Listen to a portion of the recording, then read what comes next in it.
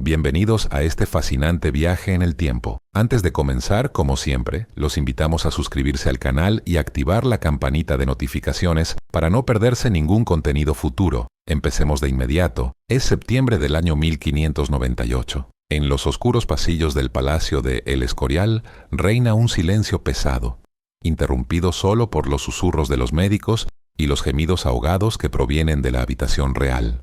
Dentro, tendido sobre un lecho gastado, un hombre enfrenta la agonía. Su cuerpo, otrora fuerte y temido, está ahora devastado por la enfermedad. Las manos, deformadas por la gota, parecen garras inútiles. Las piernas, hinchadas por el edema, no lo sostienen desde hace semanas. El hedor nauseabundo que emana de su piel en descomposición es tan intenso que incluso los sirvientes más fieles deben cubrirse el rostro al entrar en la habitación. Pero ese hombre no es un enfermo común ni un criminal castigado por sus pecados. Es Felipe II, el monarca más poderoso de su tiempo, señor de un imperio sobre el cual, se decía, el sol nunca se ponía. Rey de España, Portugal, Nápoles, Sicilia, duque de Milán y señor de los vastos territorios de América. El hombre que desafió a la Inglaterra de Isabel, que mandó construir el extraordinario complejo de El Escorial, que lideró la cruzada contra la Reforma protestante, ahora se apaga lentamente, traicionado por su propio cuerpo. Para comprender el trágico final del monarca más poderoso del mundo, debemos retroceder y conocer quién era realmente el hombre detrás de la corona. Nacido el 21 de mayo de 1527 en Valladolid, Felipe era hijo del emperador Carlos V y de la princesa Isabel de Portugal. Desde joven fue educado para gobernar el vasto imperio que heredaría. A diferencia de su padre, hombre de armas, Felipe mostró desde el inicio una actitud más burocrática y meticulosa, obsesionado con la precisión administrativa. Fue apodado el Rey de los Papeles por su manía de registrar cada detalle del gobierno. Cuando Carlos V abdicó en 1556, Felipe heredó el trono español y gran parte del imperio. En 1580, tras la crisis de sucesión portuguesa por la muerte de don Sebastián en la batalla de Alcázar-Quibir, Felipe reclamó el trono como nieto de Manuel I de Portugal. Con el ejército dirigido por el duque de Alba, derrotó a las fuerzas del prior de Crato, don Antonio, y fue coronado Felipe I de Portugal, unificando bajo una sola corona las dos mayores potencias mundiales. Felipe era un hombre complejo, profundamente devoto, se consideraba instrumento de Dios en la tierra. Fue un incansable defensor del catolicismo y bajo su gobierno, la Inquisición española alcanzó su apogeo, persiguiendo herejes e infieles. Al mismo tiempo, fue un mecenas culto, amante del arte y la arquitectura. Su obra más imponente, el monasterio de San Lorenzo de El Escorial, combinaba función religiosa, política y funeraria como símbolo grandioso de su poder absoluto. En lo personal, Felipe se casó 4 veces. Su primera esposa, María Manuela de Portugal, murió al dar a luz al príncipe Carlos, quien luego fue encerrado por desobediencia y murió en circunstancias misteriosas. La segunda, María Tudor de Inglaterra, conocida como María la Sanguinaria, murió sin dejarle herederos. La tercera, Isabel de Valois, le dio 2 hijas antes de morir también en el parto. La última, Ana de Austria, su sobrina, le dio finalmente el tan esperado heredero, el futuro Felipe III, además de otros hijos, de los cuales solo 5 sobrevivieron. A pesar de su inmenso poder, Felipe II nunca gozó de buena salud. Desde joven sufrió ataques recurrentes de gota, una enfermedad causada por exceso de ácido úrico que produce fuertes dolores articulares. Conocida como la enfermedad de los reyes, afectaba a quienes llevaban una vida opulenta como él. Con el tiempo, los ataques se volvieron cada vez más graves y debilitantes. En 1590, a los 63 años, su salud comenzó a deteriorarse drásticamente. A la gota se sumaron fiebres tercianas, típicas de la malaria, y edema en las extremidades inferiores que deformaba sus piernas. Inmovilizado, prisionero de su cuerpo, el rey prudente se convirtió en espectador de su propia ruina. En los 2 últimos años de vida, la enfermedad lo había afectado tanto que ya no podía escribir. Sus manos deformadas no podían sostener una pluma. Para un monarca que se había identificado con una administración minuciosa, fue una pérdida devastadora. Su cuerpo, nunca vigoroso, empezó a fallar por completo. El hombre que había gobernado media Europa ya no podía controlar ni las funciones más básicas de su organismo. Durante este periodo, su agonía alcanzó niveles horribles. Inmóvil, Confinado permanentemente en cama, desarrolló úlceras por presión que se infectaron rápidamente. Las heridas abiertas en la espalda, glúteos y piernas atrajeron insectos y parásitos.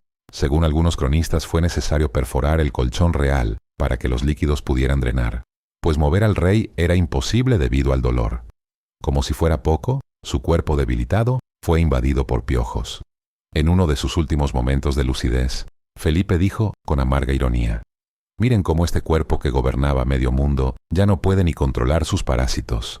Los cortesanos más cercanos testimoniaron que el gran rey de España parecía ser literalmente devorado en vida, incapaz de defenderse incluso de los seres más pequeños.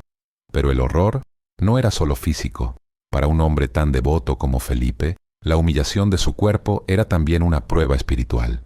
Diversos testimonios relatan que interpretaba su sufrimiento como un purgatorio anticipado, una expiación terrenal de sus pecados. Un clérigo que lo asistió en sus últimos días escribió que su majestad soportaba el dolor con tanta paciencia y espíritu cristiano, que parecía más un santo en prueba que un rey moribundo. Al amanecer del 13 de septiembre de 1598, tras 52 días de agonía, Felipe II murió. Sus últimos instantes fueron mezcla de fiebre y devoción. Apretando un crucifijo entre sus manos deformadas, murmuró sus últimas palabras. Una oración, o tal vez una súplica de perdón. Nadie lo sabe con certeza.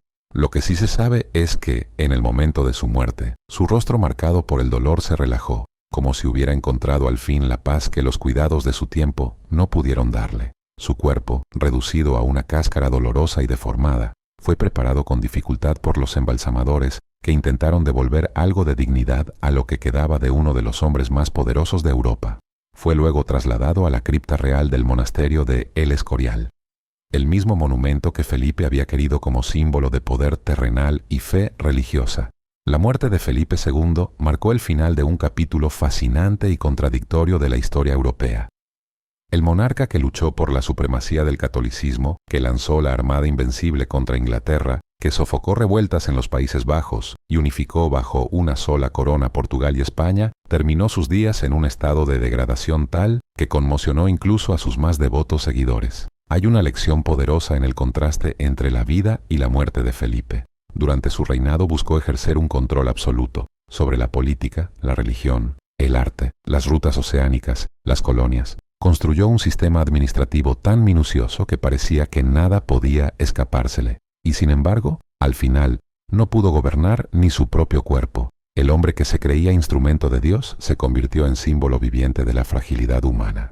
Los historiadores aún debaten cuánto influyó su larga enfermedad en las decisiones políticas de sus últimos años. Algunos creen que su debilitamiento lo obligó a confiar en consejeros ineptos, responsables de errores que aceleraron el declive español. Otros piensan que el dolor lo hizo más propenso al compromiso y a la paz, como muestran algunos tratados firmados en sus últimos años. Sea como fuere, el impacto simbólico de su muerte fue inmenso. En una época en la que el cuerpo del rey representaba al Estado, ver al monarca más poderoso de la cristiandad reducido a un hombre atormentado e infestado de piojos fue un golpe devastador a la visión teocrática del poder.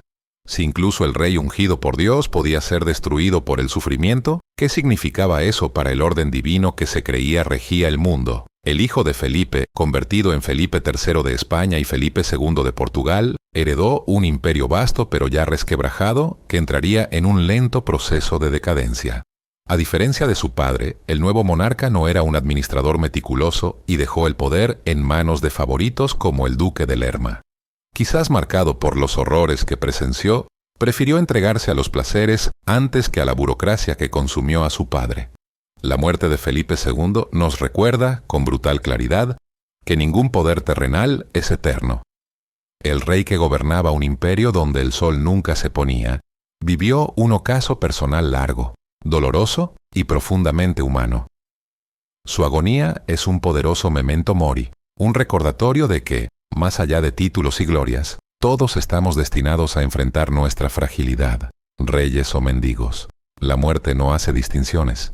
Detrás de coronas y capas, hay seres humanos, sometidos a límites que ningún poder podrá jamás anular.